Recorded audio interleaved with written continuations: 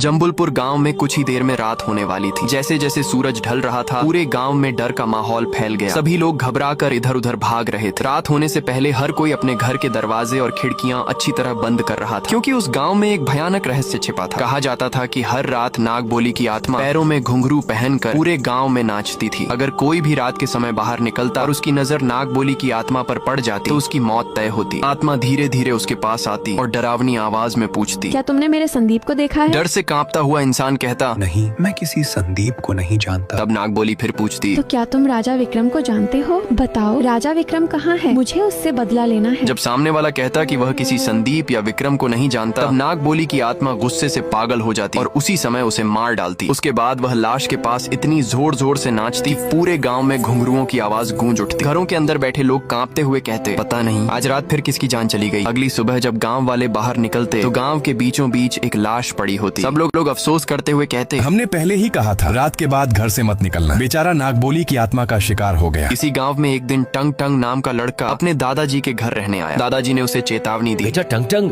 चाहे कुछ भी हो जाए, रात होने से पहले घर लौट आना। अगर देर हुई तो नागबोली की आत्मा तुम्हें भी मार डालेगी। लेकिन टंग टंग इन बातों पर विश्वास नहीं करता था। फिर भी दादाजी का दिल रखने के लिए उसने कहा, ठीक है दादाजी, मैं रात होने से पहले घर आ जाऊँ। ये कहकर वह गांव घूमने निकल गया। घूमते घूमते उसे समय का पता ही नहीं चला और देखते ही देखते रात हो गई। घर लौटते समय वह मन ही मन सोच रहा था, अरे आज तो बहुत देर हो गई, दादाजी मुझे खूब डांटेंगे। तभी उसे दूर से घुंघरुओं की आवाज सुनाई दी। उसने देखा कि दूर एक औरत अकेली रात में नाच रही थी। टंग टंग बोला, इतनी रात को ये कौन नाच रहा है? चलो जाकर पूछता हूँ। वह जैसे ही उस औरत की तरफ बढ़ा, तभी पीछे से टंग दादाजी, टंग टंग, वापस आ जाओ, उधर मत जाना। लेकिन टंग टंग बोला, दादाजी एक औरत अकेली नाच रही, मैं बस देख कर आता हूँ। उसने दादाजी की बात नहीं मानी और आगे बढ़ने लगा। दादाजी घबरा कर बोले, हे भगवान। जैसे ही टंग टंग नागबोली की आत्मा के बिल्कुल पास पहुंचने वाला था, दादाजी दौड़कर आए और उसे जोर से धक्का देकर घर की तरफ गिरा दिया। टंग टंग हैरान होकर बोला, दादाजी ये क्या कर रहे हैं? इतने में जो औरत नाच रही थी वह धीरे धीरे रुक गई। उसने अपना सिर घुमाया और उसकी लाल लाल आंखें सीधे दादाजी पर टिक गईं। वह डरावनी आवाज में बोली, क्या तुमने मेरे संदीप को देखा है? क्या तुम राजा विक्रम को जानते हो? मुझे उससे बदला लेना है। दादाजी कांपते हुए बोले, बेटी, मैं किसी संदीप को नहीं जानता और न ही किसी विक्रम को। ये सुनते ही नागबोली की आत्मा भयानक गुस्से में आ गई और उसने दादाजी को वहीं मार डाला। ये सब देखकर टंग टंग सदमे से बेहोश होकर जमीन पर गिर पड़ा। अगली सुबह उसकी आंख खुली। वह बोला,